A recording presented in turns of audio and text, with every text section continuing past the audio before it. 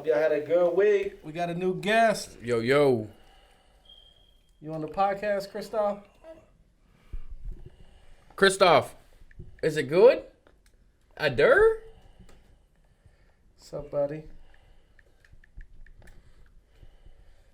Are you introing us? Yeah, welcome to another edition of Trust the Process podcast. Yours truly, Rob the People's Plug Martin, joined by always the Italian Stallion and special guest, Little Christoph. Say hey. And live in the studio, Mr. Irregular Strength himself, What Julius up? Maddox. Julius Maddox. We've had some technical difficulties this morning. Sorry we missed you guys last week. Running behind. Yeah, we trying to figure it out.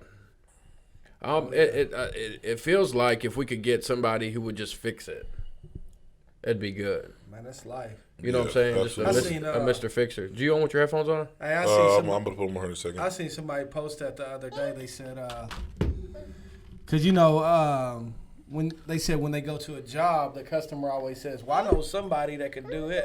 Yeah. He said, "Well, I'm yet to meet somebody." That's what it is. Somebody's always got somebody. Oh yeah. It's man, you know him. You done moving the microphone? Yeah. Christoph, you better quit it. You know them. Remember them commercials for the easy button? Yeah. That's what I wish they had. One of them easy buttons. Just be able to press it For life. Yeah. But it wouldn't be joyful, right? Like a part of the beauty in life is when you go through the struggle and get to the other side. If it was easy, everybody would do it. That's it. Hey, and then not just that, but man, it's the valleys is where you learn, certain traits that the mountaintop can never teach you. That's right. Like know what I'm saying? If Jew would have lifted 800 his first time, there wouldn't be an appreciation for lifting 800.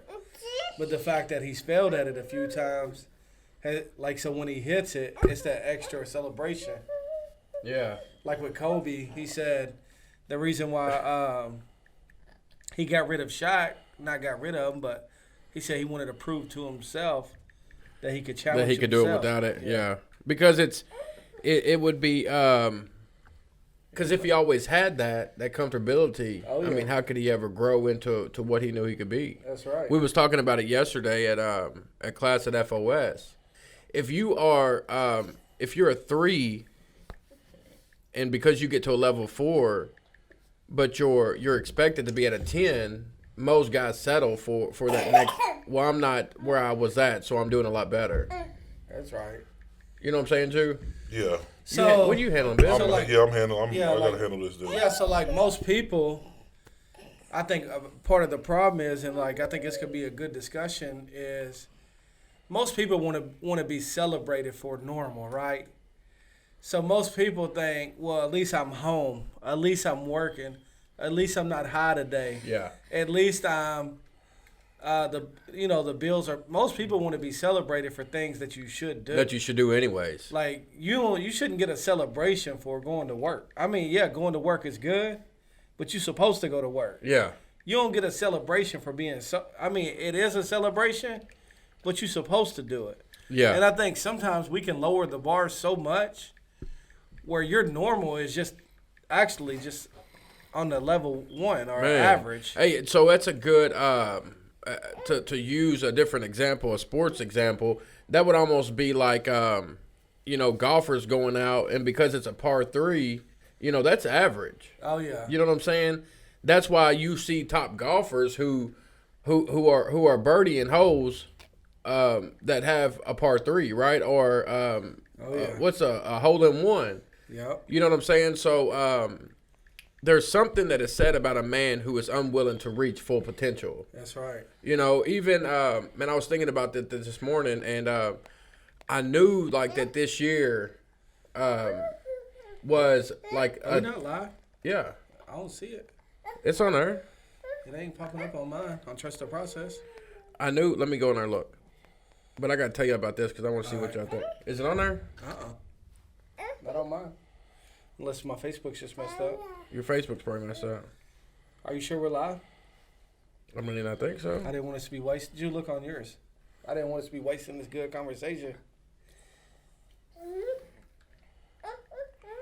Rob's all been out of shape right now. No, we ain't live. You're right. We was just going No, in. we ain't live because Rob. Yeah, we are live. Are we live? Yeah. People on there? He's on the wrong Trust the Process page. I know you on the wrong page. Are you on Matthew's table, Rob? Man, please don't tell me that.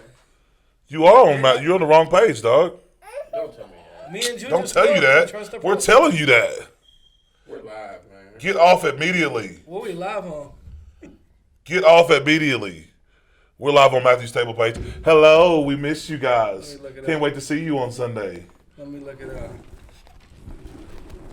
Hey, you want to come to me? No, we ain't live on Matthew's table either. What page are we live on? Rob, we live on. We're live on PGP Auto. We on PGP Auto? We on PGP Exotic. Rob, what we live on? I'm trying to figure it out, man. You keep y'all. Pause the live. He's going through it. We ain't on Trust the Process. Yeah, we are. How come me and Jews ain't on? Man, it says live. Yeah, on what? You need to start your phone over, dog. Is that the Boost Mobile one? Let me look on your personal page, Rob. Is that the Boost Mobile one, Rob? We're on Trust the Process. We can't see you live on this page, so if we can't see you live, nobody else can. Nobody else can then. What was the conversation? What was y'all talking about?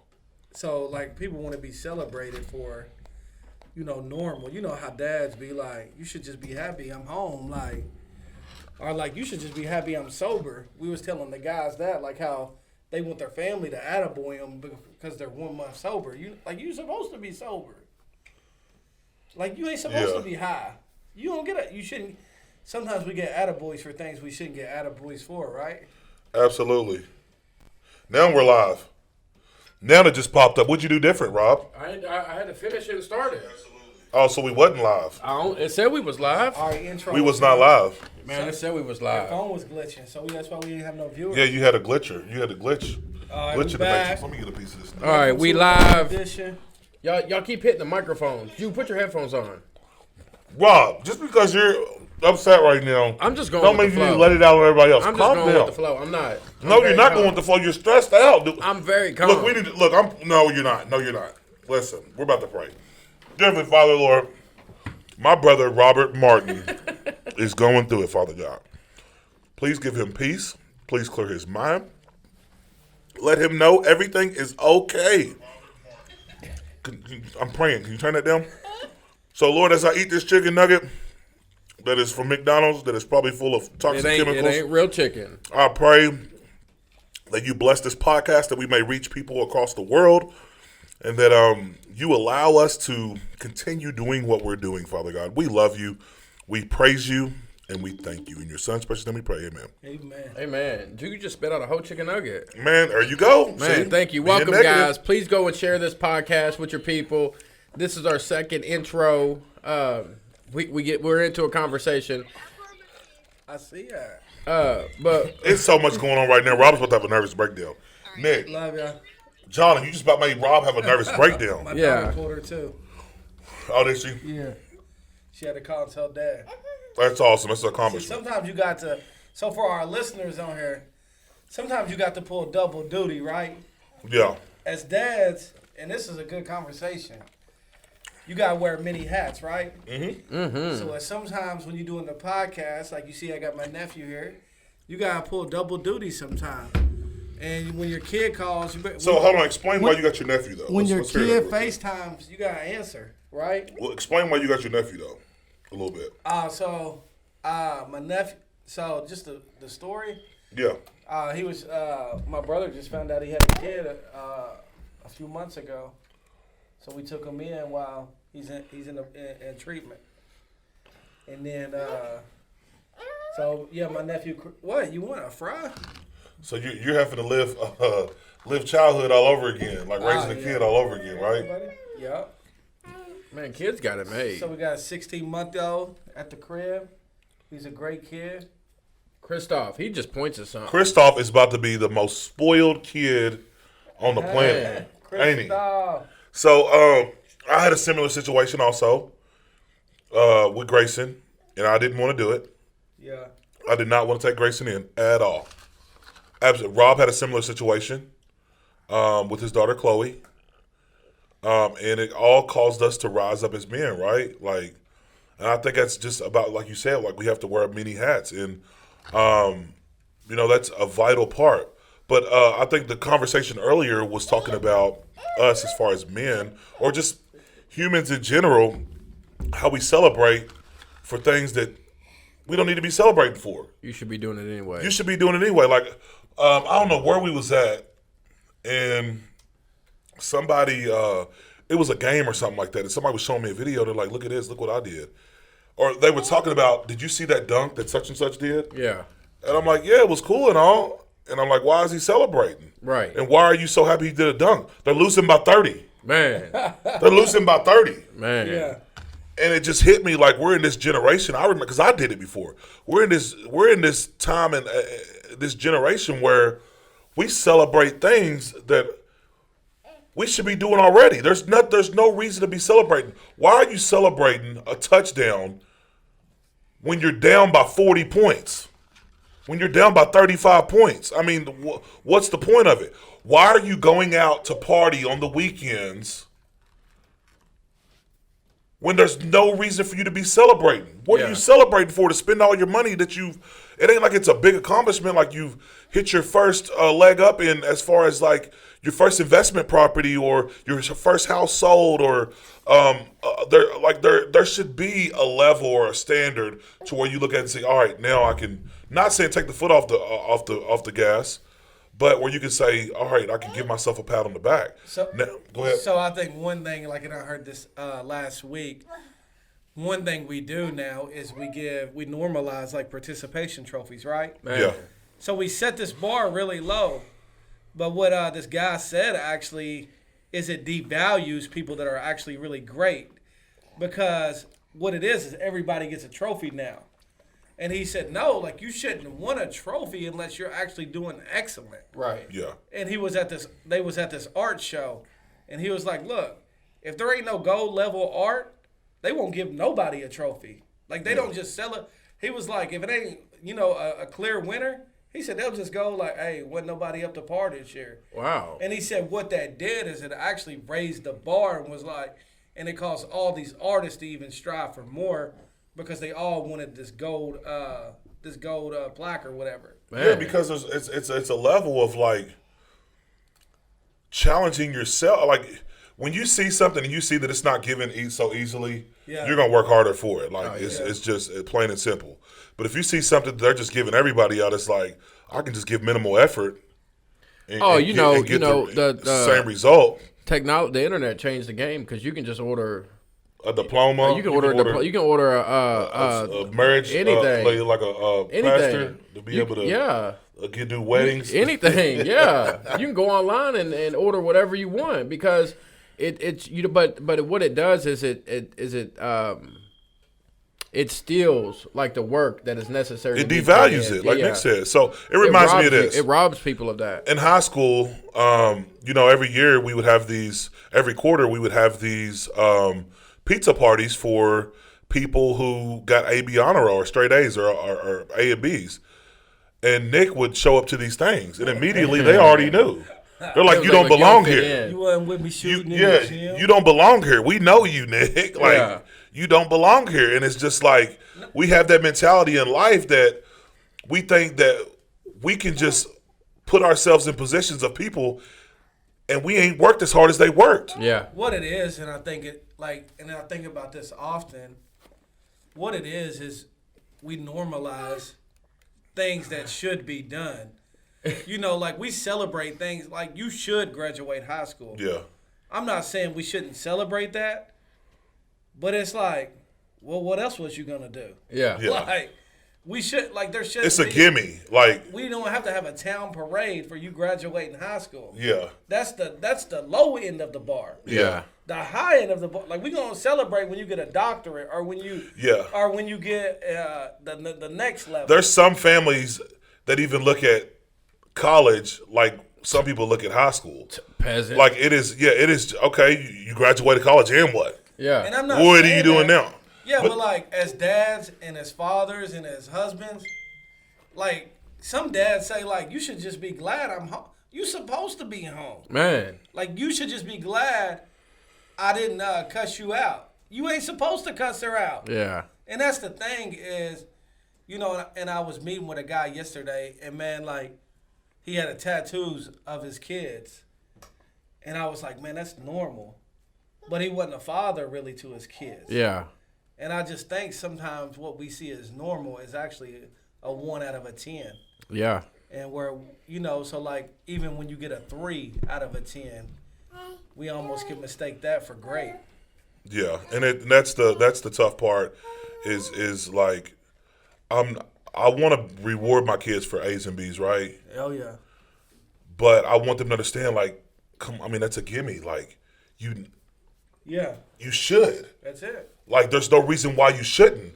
And this is what I explained to my daughter. Like, she failed band, right? And some of it is due to like COVID, doing the home virtual school. But I'm like, at the end of the day, though, there are kids out there. Like, for example, me and Nick spoke at this like alternative school, and the kid, though he was at alternative school, he did really well there. And we like, what's your life like? And he's like, well, I'm raising my 9-year-old brother. Well, how old are you? I'm 16. So they allowed him to raise his 9-year-old brother, getting him to school, making sure that he's doing what he's supposed to be doing, and all that stuff. And it's just like, there's so many kids out here with a disadvantage, and I'm like, our kids have no disadvantage, so there is no excuse for you not to be having A's and B's. Yeah, none whatsoever. They're like whatever you want, whatever you need, as long as it's reasonable, we're gonna make sure you have it. Even if you needed a tutor, we're gonna make sure you get it. That's right. What pencils, computers, whatever the case is, if we have to, we will make a way for it. And it wasn't like that for us growing up. Do you think that we have almost crippled like our kids in that generation? No, because I'm on mine. With so much access. I'm on mine. But how do you have so much access? You have you have the world at your fingertips. And you tell me that you come into an issue that you can't fix? You know what I'm saying? Like, and I'm not saying that it's that easy, right? Because the math equations that they're sending home these days, man, it frustrates me. You know what I'm saying? Like, but at the same time, there should be no reason why you cannot seek out an answer. Dog, and figure it out. listen, if they can remember TikTok dances, that's right. If they can remember YouTube, Roblox, how to construct this and that, all that stuff, you can understand the math. Kids these days, they can learn a 10-minute TikTok mashup and go on beat with every TikTok dance. They won't miss a beat for 10 minutes. You telling me they can't learn? Oh, exactly. That goes back to what I was saying, though. In some houses, so for us, like, a C was okay. Yeah. Like, it didn't matter if I had C's, D's, as long as I passed. Yeah. And that was normal. But you should actually normalize your kids making A's and B's, or A's, and the C's like, let's get that up. That's right. And I think what you make normal to your kid, me and Steven was talking about this yesterday. So normal for us was drugs on, around, brothers in jail, brothers in group camp. So when me and Steven was talking about the way we lived life now, although it's odd to us, it's actually normal to a large percent of the world. Absolutely. Yeah. So we're not actually doing anything like raising. We're just when you take it and you compare it. Yeah. You have to be able to compare it to something that is not like it, right? Yeah. So if you take your family and where you're at, and you compare it to, let's say, somebody who for 2 generations has put in the work, and that family hasn't accepted certain things, you're going to see a complete different lifestyle. Yeah. So when those two types of people get around each other, it's real foreign, and because they could look at you and be like, well, man, you guys let your kids do that? Yeah. Yeah. You know what I'm saying? And I think, Rob, what you were saying is a little bit true. Like, our kids and us, we don't have excuses because immigrants can come over here with nothing. Man. And in years, you'll see them. They'll have houses. They'll have businesses. Look at them right They'll now. have, Look, we've seen it. As we've been growing up, check us out. We have been seeing it over our lifetime. Yes. Shout out to the Indians. You have seen them start. Man, they're buying hotels now. But you got to think about it, too. They come from a bit with the oil and all that stuff. Some families that don't mean the families get the money. But, starting off, though, they have a leg up. Rob, do you realize that whenever we graduated high school, we had nothing? Yeah, but a lot of them that come over here with nothing but a dream of doing. No, I'm not discrediting that, but the way it's set up, they give them special loans. They give them monthly allowances. Yeah. They give them the funds to set up to have a brighter Must future. be But doing look, something here's right. what I think it is. So, like when Jew went to college, in his family, it would have probably actually been a surprise if he graduated, right? Yeah, And absolutely. it shouldn't be. It should be a normal. When you went to college, what did you have when you first arrived at college on your first day? Nothing. It looked like a C-105. Yeah, exactly the same. My mom did the best she could. She gave me $150, and she got me like $120 in groceries. Yeah. And that's it. Yeah. That is it. There's no loans that she could take out to give me some extra money. We didn't have vehicles. We didn't have we couldn't get money per month like an allowance per month to be able to survive. So when we fell on hard times in school, guess what happened? Desperate measures. Exactly. So, but just like Emma just said on here, Emma Tudor said, minimal effort equals minimal effect. Meaning, by me putting in the minimal amount of work, the opposite reaction of that is reaping minimal benefits. That's right. And hey, look, that's the big debate with the minimum wage thing. Is we should get paid more, $15 an hour. And that's insane. It's minimum effort gets minimum reward. Yeah. When you do minimum work, you don't deserve 15 an hour. You don't deserve 20 an hour. Well, I think it's minimal work, meaning you put yourself in a position to where you're not working at McDonald's. Like, and we're not seeing anything. I know some McDonald's managers out there that make probably more money than I do, right? Mm-hmm. But at the end of the day, those who complain about, well, this is what this is and this is what this is, like, you have to put yourself in a better position to be able to. A lot of people don't like him. I like some of his concepts, but Kevin Samuel said, we live in America. Man. And it's up to you. Anything. You could be anything he said, listen, here's what Kevin said. He breaks it down so easy I was just like, man, you're right. So what he does, he is basically like a coach, a life coach. And he says, you live in America. He says, if you want something, you can get it. He says, look, and it ain't like he's just saying it. Yeah. He's got it mapped out. You can go to McDonald's, entry level, make this an hour. Mm-hmm. Then you get you another part-time job. Yeah. Then you make another, you make this amount of money working this amount of hours. Yes, you're gonna be working 60+ hours a week. But if you want something in life, you want it bad enough, you have to work for it. And once you save up money for that, you take that money and invest in yourself, whatever that looks like, whether get you a trade, something that's going to put you in a better position.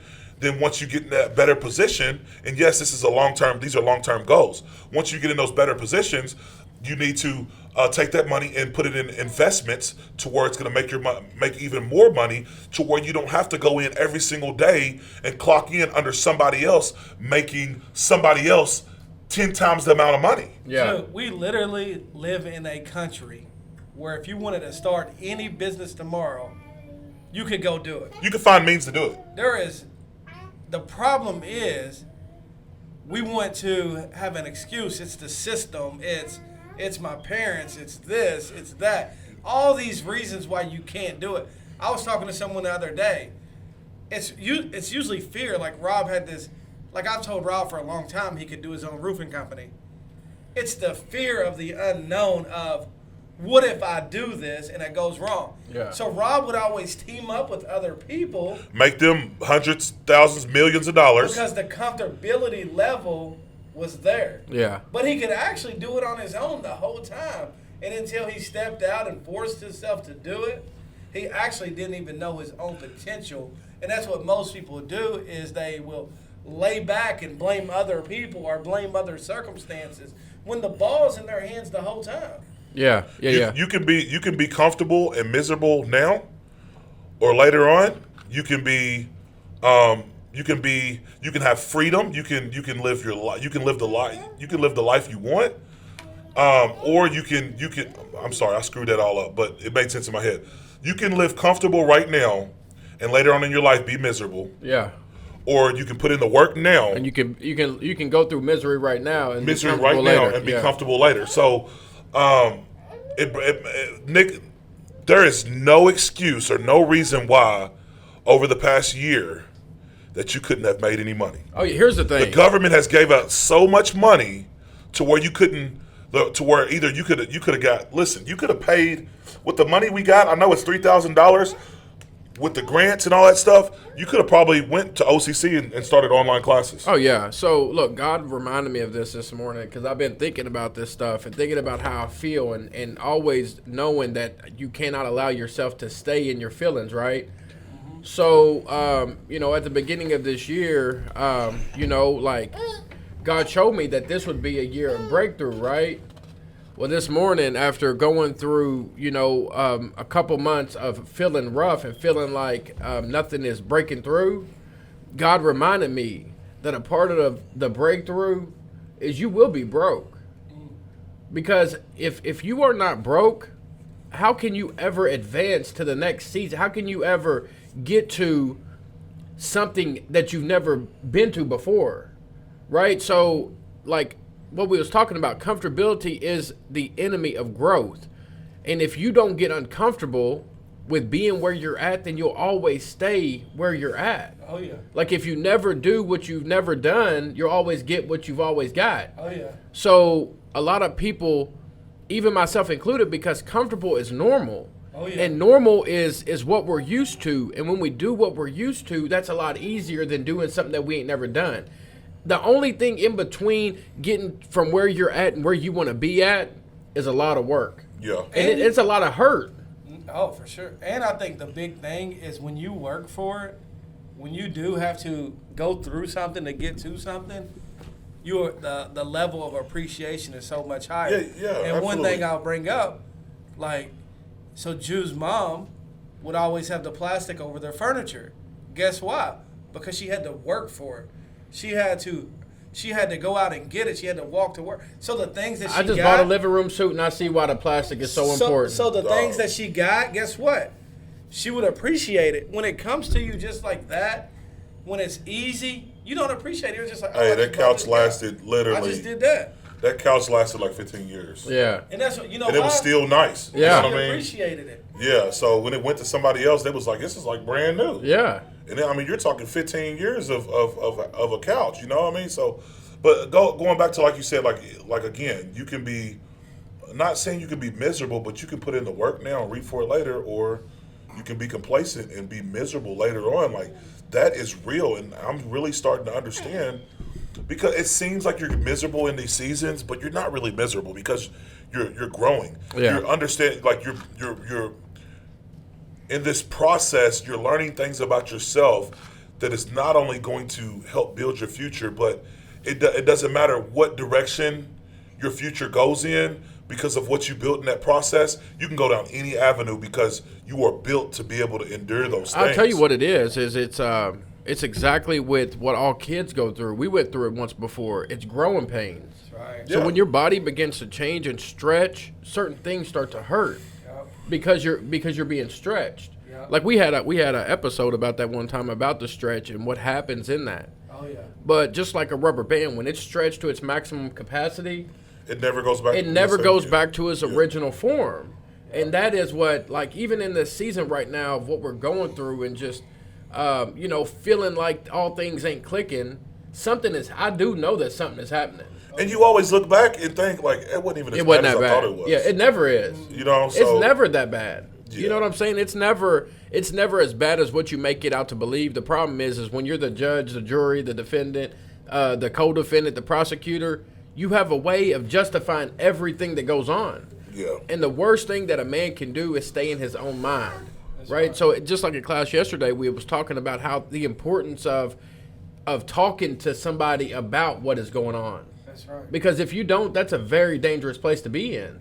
Oh, yeah. I mean, that's a very dangerous place. And it's always like what we was talking about yesterday too, like playing the tape through.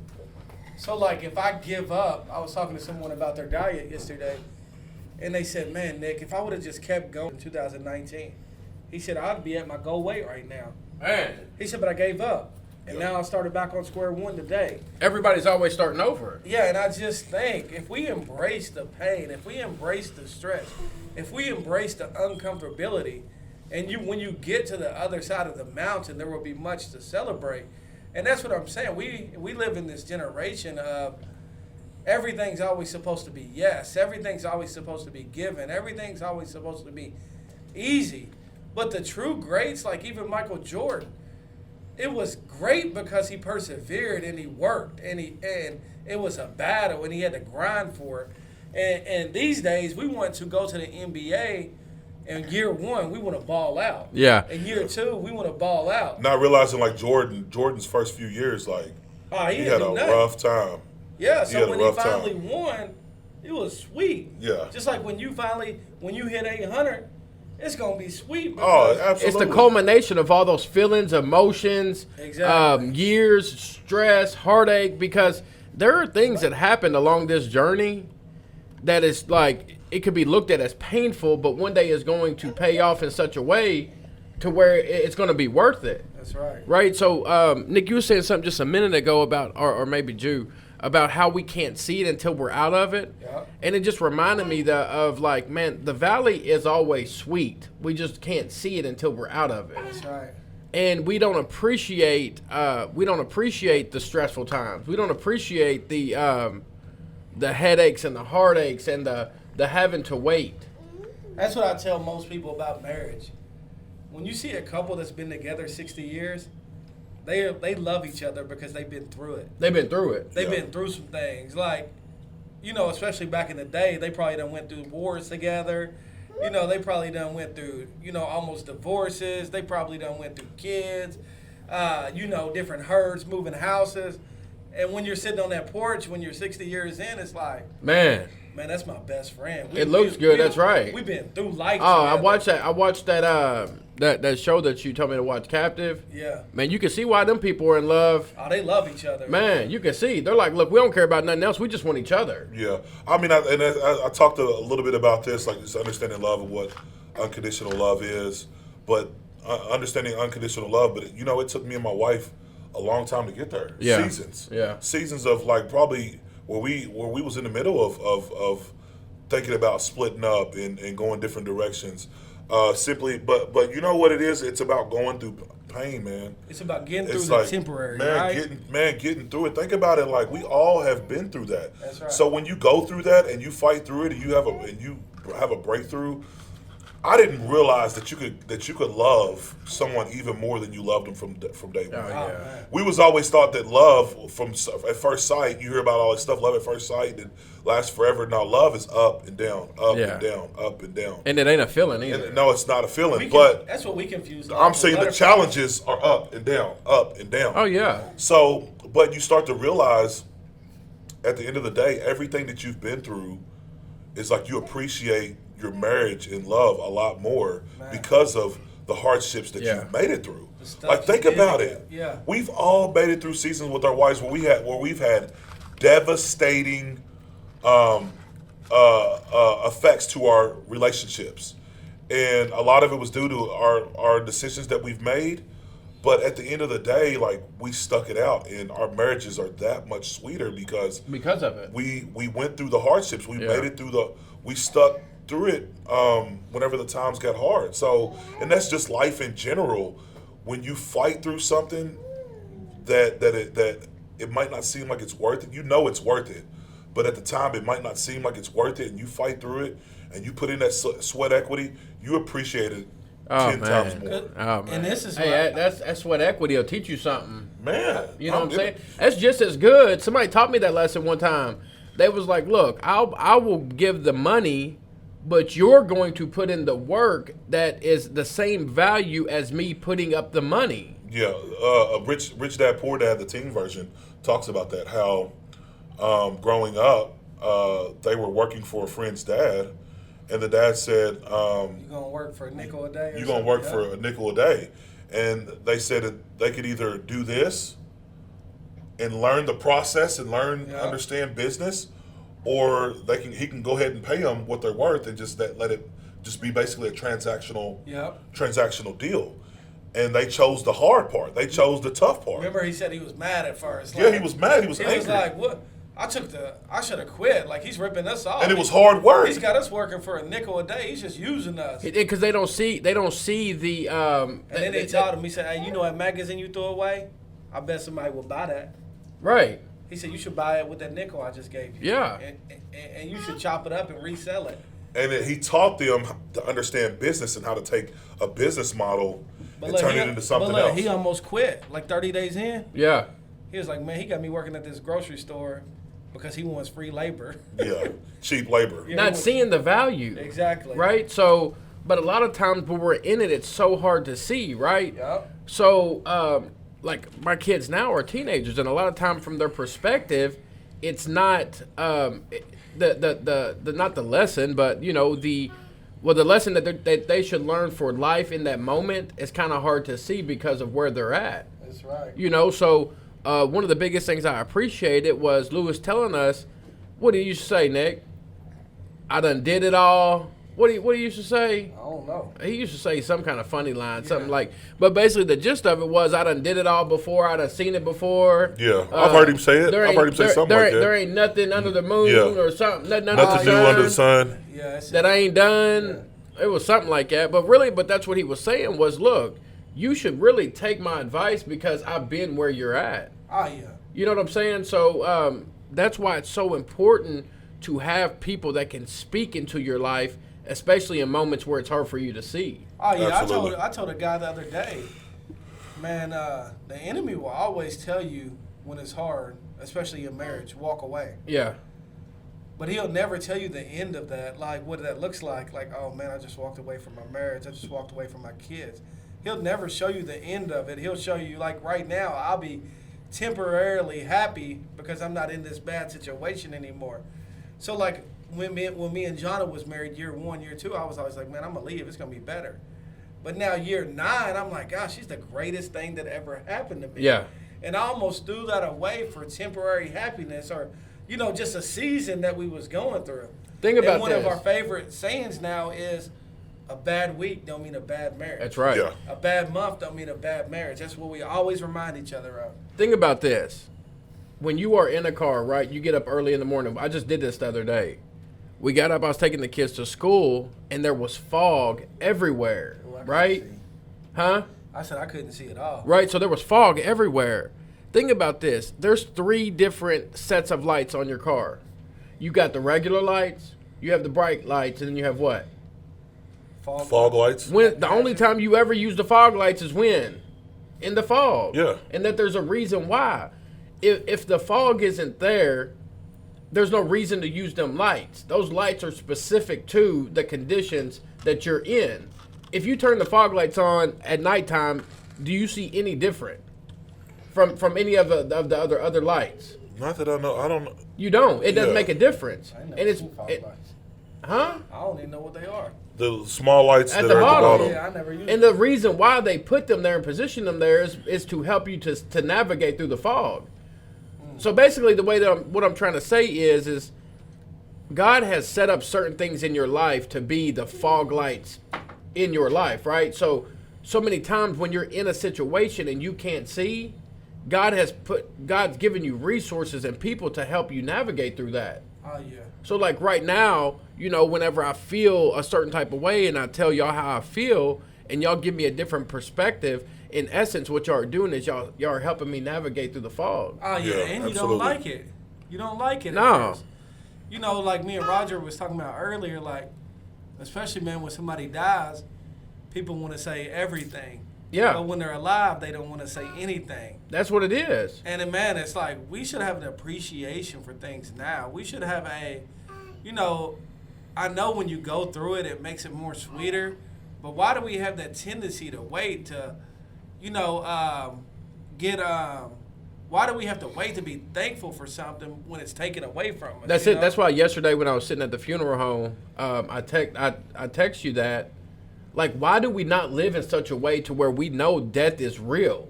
Yeah. Like, death is a very real, hurtful thing. And when it happens, it's almost like this feeling because you have no other choice but to go through it. Yeah. Like, you don't have, like, man, well, can I change this? And so we ain't got to deal with this. Yeah. You have to deal with every emotion, every decision you got to make with the funeral. You have to deal with that. The only thing that you can do is change the way that you're living. That's right. Right? So Now, it yeah. right. So it hurts when death comes. Yeah. It sucks. And it's a bad feeling when you have to go through that.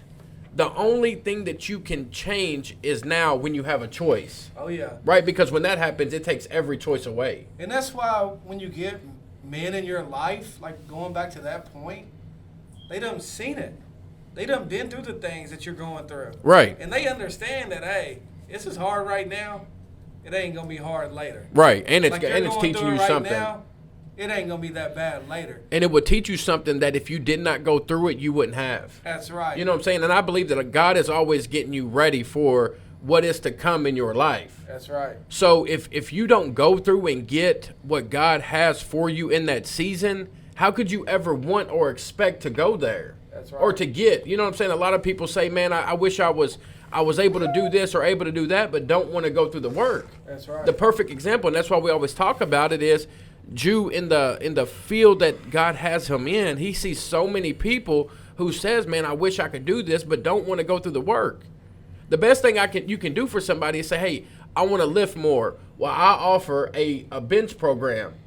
The worst thing that you could do for them, Jew, is give it to them for free, because what I've learned over time is men who they want things but don't want it to cost them don't really want it. Oh, yeah. I remember when me and Jonna went to Grace Marriage, and it cost.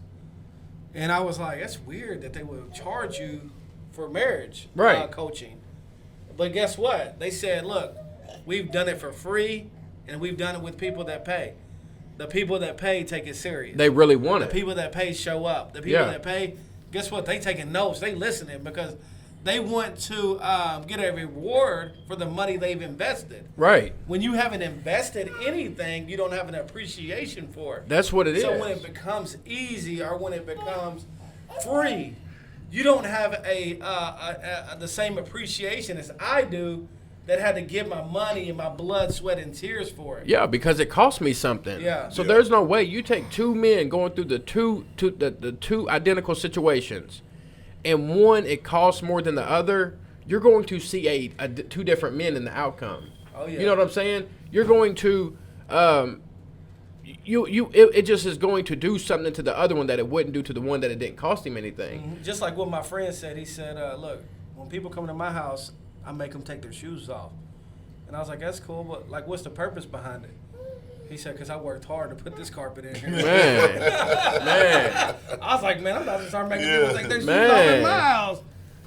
But look, that was good. Like, think about, like, he appreciated the carpet in his house. He was like, Nick, you know how I keep my carpet nice?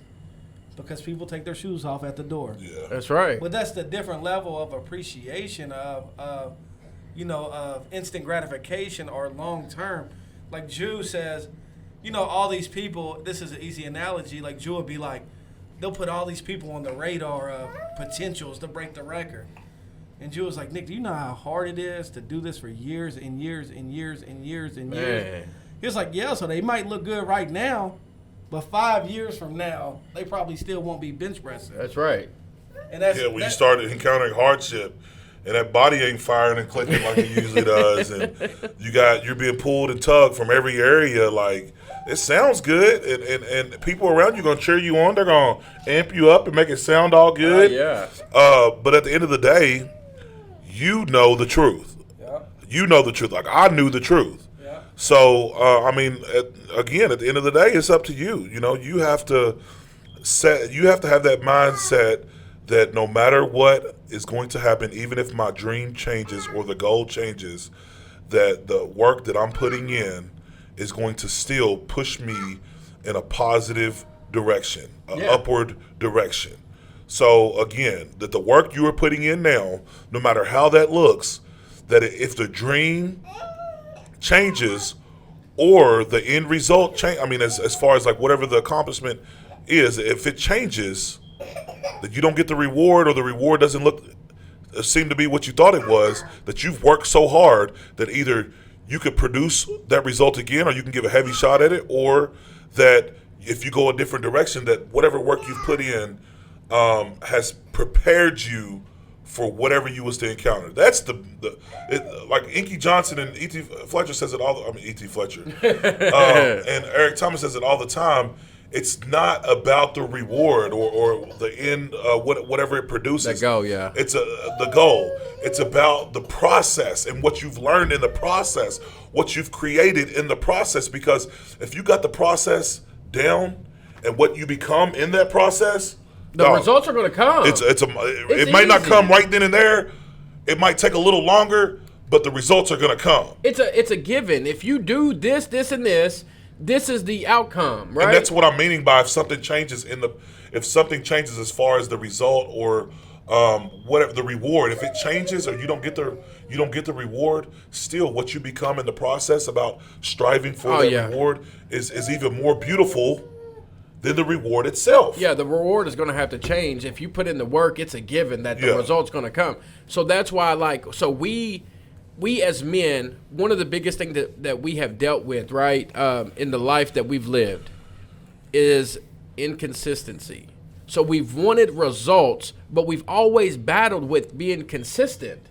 Yeah. So at the beginning of this year, we said, what do we want to do this year where we'll be at a place next year? Like, what do we want to change? And I realized that the one thing that I want is for nothing to change. Like, I'm not saying that things aren't going to change, because just like what we talked about, if you do this, this, and this, the reward or the result's going to come. The only thing I want to do is be consistent at what I'm doing. That's it. I don't want very much to change. I just want to do what I said I was going to do. So, talent or consistency? You always pick consistency, right? That's what I'm saying. But consistency has been so foreign to us. That's right. That all we got to do is force ourselves to keep doing. Consistency is hard across the board for everybody. I'm not saying it's not, but we've never been like stick through. Rob, it's hard to be consistent. I know. Think about for 5 years how hard it is. So think about a business. They say most businesses fail within 5 years. Yeah. But it takes 5 years to make a successful business. Right. They don't make it because they're not consistent. It's year one. Right. Oh, we're getting it. We're going. We're grinding. Year two, they might hit a bump. Year three, it's like, oh, this is boring now. Yeah. Most people in their life won't be consistent at something for 5 years. That's why it's important that whenever I feel like things ain't going right in the business, Nick and Jew have a way of telling me, man, you ain't even been in it doing it a year yet. I told you this morning. And look at what you're doing. Listen, so we can admit Rob is going through it this morning. He's going through, and it's not nothing that anybody else wouldn't go through. But you got to understand, when you go from not juggling responsibilities well to having every responsibility that you ever could have imagined, and you're put in this position where you're under a lot of pressure, it becomes rough. What I've been telling people is it feels heavy. It does. It does feel heavy. But what is it creating in the process? Oh, yeah. You are going to be a monster by the age of 40. You are going to be so far ahead of yourself and who you thought you was going to be. Oh, yeah. And that's what's so great, because right now you don't see it, but the change that's happening because of the hard work you're putting in, the monster that's creating, I know it's maybe a poor word, but what it's producing. What it's producing for you is so much greater than if I would have went through it. That's what Kendrick Lamar said. He said it took me 10 years to become an overnight success. Yeah. He said it took me 10 years of work to be who I am, where someone knew my name. A guy told me at 40, he said, look, I'm telling you, Julius, when you're 40, man, you're going to be a totally different person. Man. Like, he's like, I'm telling you right now, when you're 40, like, he looked me in my eyes and said, when you are 40 years old, how old are you, 36, 35, 36? No, 34. Even better. When you are 40, you are going to be unrecognizable as in who you are in the business. Man. In the business aspect of it. He's like, I mean, again, as Christians and what we are doing, we're givers. Not just givers of our money, we're givers of our time, we're givers of our hearts. What that produces about who we are, you can't do anything but go up. That's it. Look at the people in the Bible. Yeah. David, Job, I mean, Joseph. Yeah. Isaac, Abraham. I mean, I can go on. The list goes on. Oh, yeah. They went through these seasons of hardship and they've had all this trouble, but at the end of the day, the Lord put them in position because of the favor on their life at the end of the day. They were men that really changed the world and Man, impacted look. the world that they was in such a way to where we're still reading about them today. And what it is, like I Ain't always we? Man. go back to, we live in a culture where we want everything to come quick. We want everything, like even Jew with the regular strength, Rob with the roofing company. It's like, why ain't this popping? Why ain't this doing it? Why ain't this?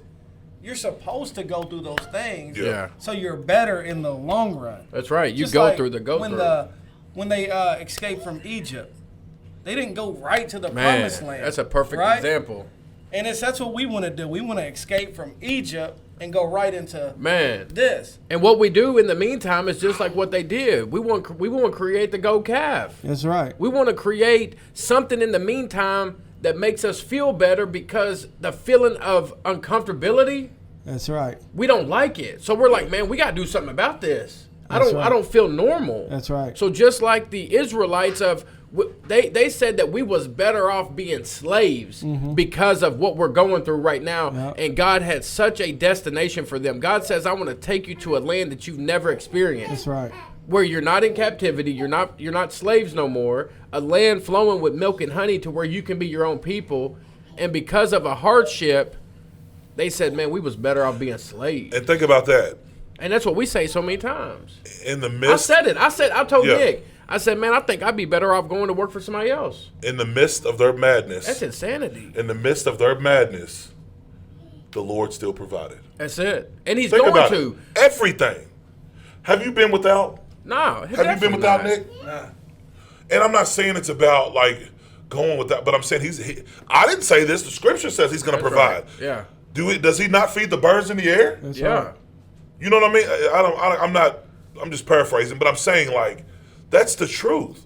So when people say, look, we want what y'all want, we want this, we want to be able to take it to the next level, just understand, like, it's time to roll up your sleeves. That's because right. it's gonna be a lot of sleepless nights, it's gonna be some hard work, it's gonna be some tears. How many times do you think I've cried over this process of trying to reach 800 pounds?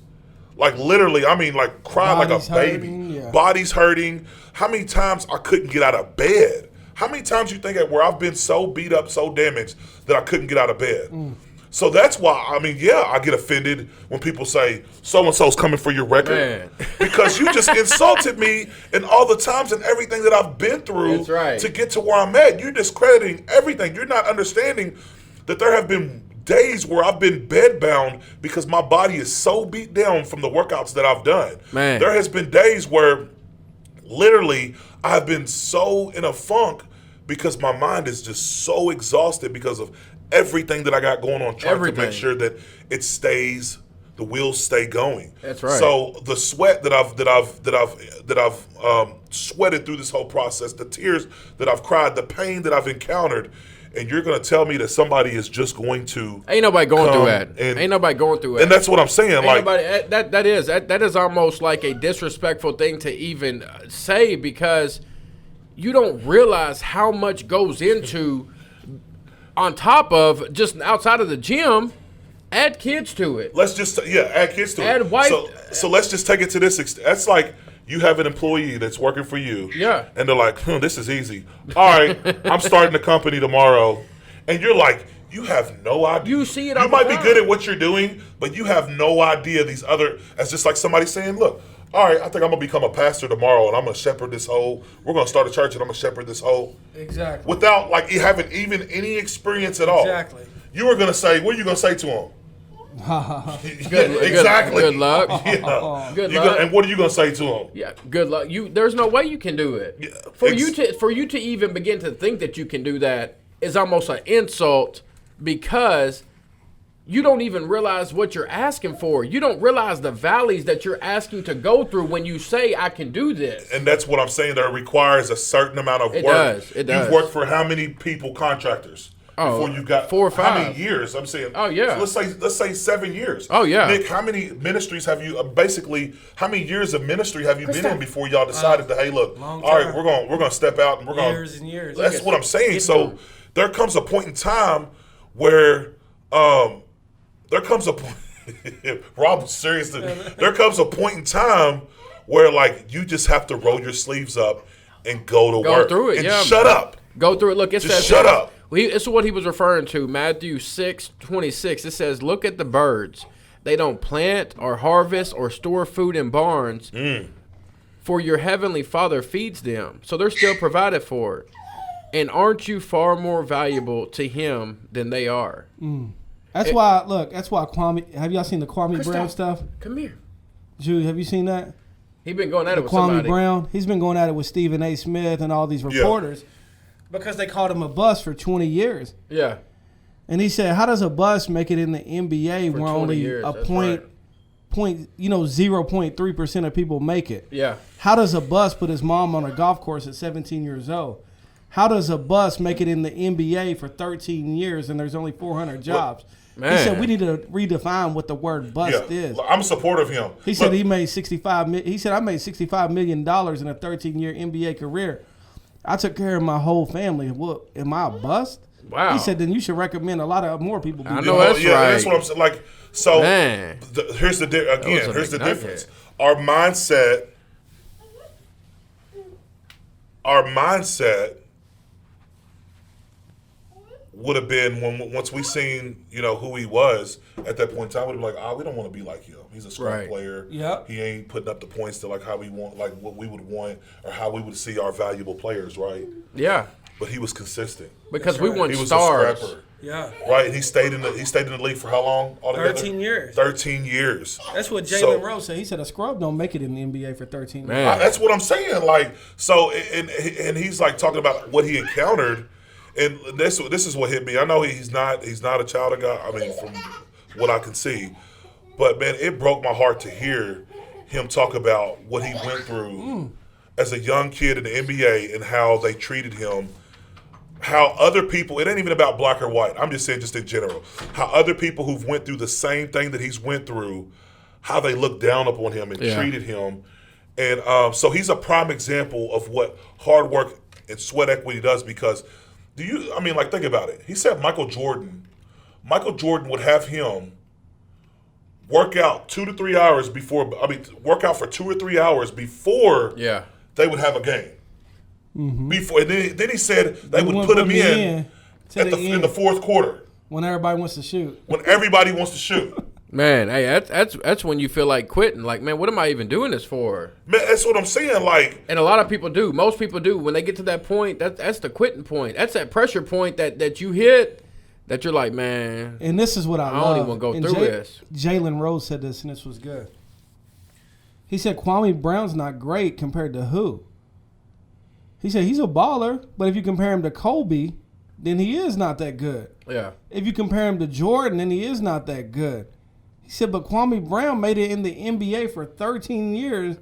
Only 0.3% of people would do. Yeah. He said, I don't consider that a bust. And he's been going in on people.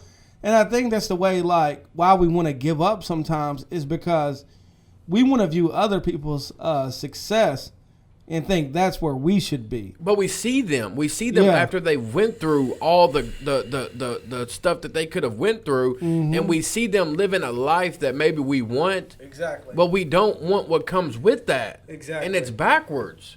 We live in a culture that wants the results without the work. and that's what I'm saying. Like, you go to work all week and you go to party and spend all your money on the weekend for what? Yeah. For what? Why are you going out to celebrate when you haven't done anything? That's right. What, you went to work for a week? Man. That's one thing I hate when people say, like, they almost demonize wealthy people and say, like, oh, they shouldn't get this or they should be taxed more. Why? Because they took the risk, they put in the effort. That's right. They put in the plan, and you sit at home on the couch? Yeah. Or you didn't want to do nothing? You just wanted to be normal and average? Man. So they should, and that's what I'm saying about how we always want to find an excuse. Like, I see everybody all the time, they're like, oh, Jeff Bezos, he can do it. They don't need to do nothing for him. He's the richest person ever. Okay, so you go do what he did. Man. If it looks easy, you do what you That's do right. that. And just like you they say, put up your money. Yeah, just like they say, if it was easy, everybody would do it. That's right. You know what I'm saying? So, man, good conversation. Wrap it up. I mean, here's what I took out of it. The go through is worth going through. That's right. Because of what it's going to produce. Yeah. No work, no reward. That's what I would tell people. Like, trust the process, the hills and the valleys. You can't just celebrate on the mountain if you don't go through the valley, like. Think about this. The first episode we ever did, I think that we talked about like where we would end up wanting to be at. Mm-hmm. And things have changed along the way, right? So I'm sure if we went back and listened to it, we had different dreams and things we wanted to do in that first year. But look at the progression. Mm-hmm. We may not be doing what we said that we wanted to do, but God still has had a way of working it all out to where we're still on track. Absolutely. Right. So Absolutely. in the bigger scope, in the bigger scale of things, we're right where we're supposed to be. That's right. You know what I'm saying? And the go through is going to produce something in us that not going through it would never could. Yeah. Mm-hmm. You know what I'm saying, Drew? What you got going out? I'm just saying, just understand you are going to encounter different hardships.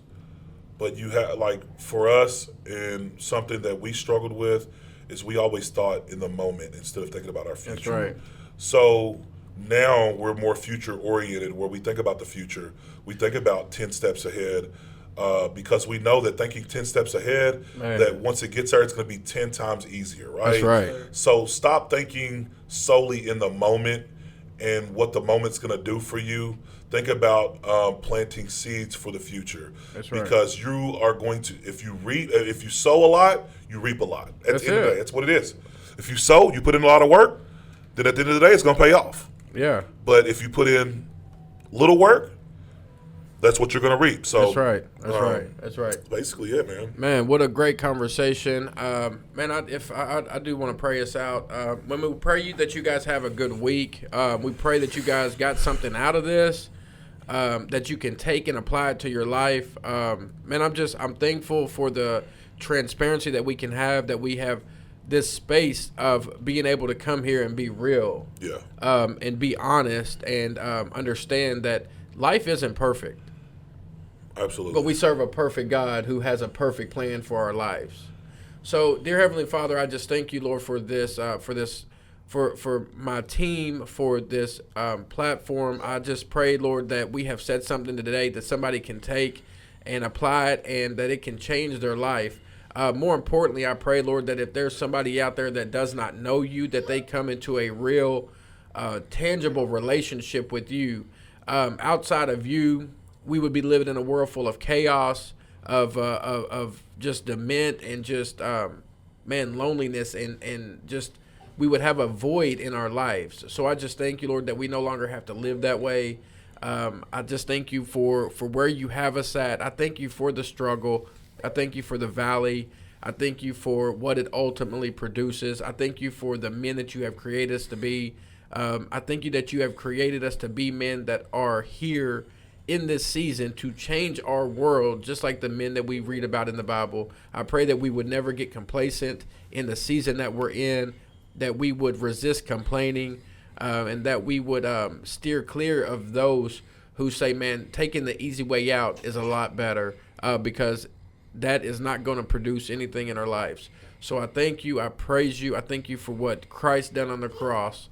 And it's his name I pray. Amen. Amen. You guys have a good week. We'll see you next week. Peace. Peace.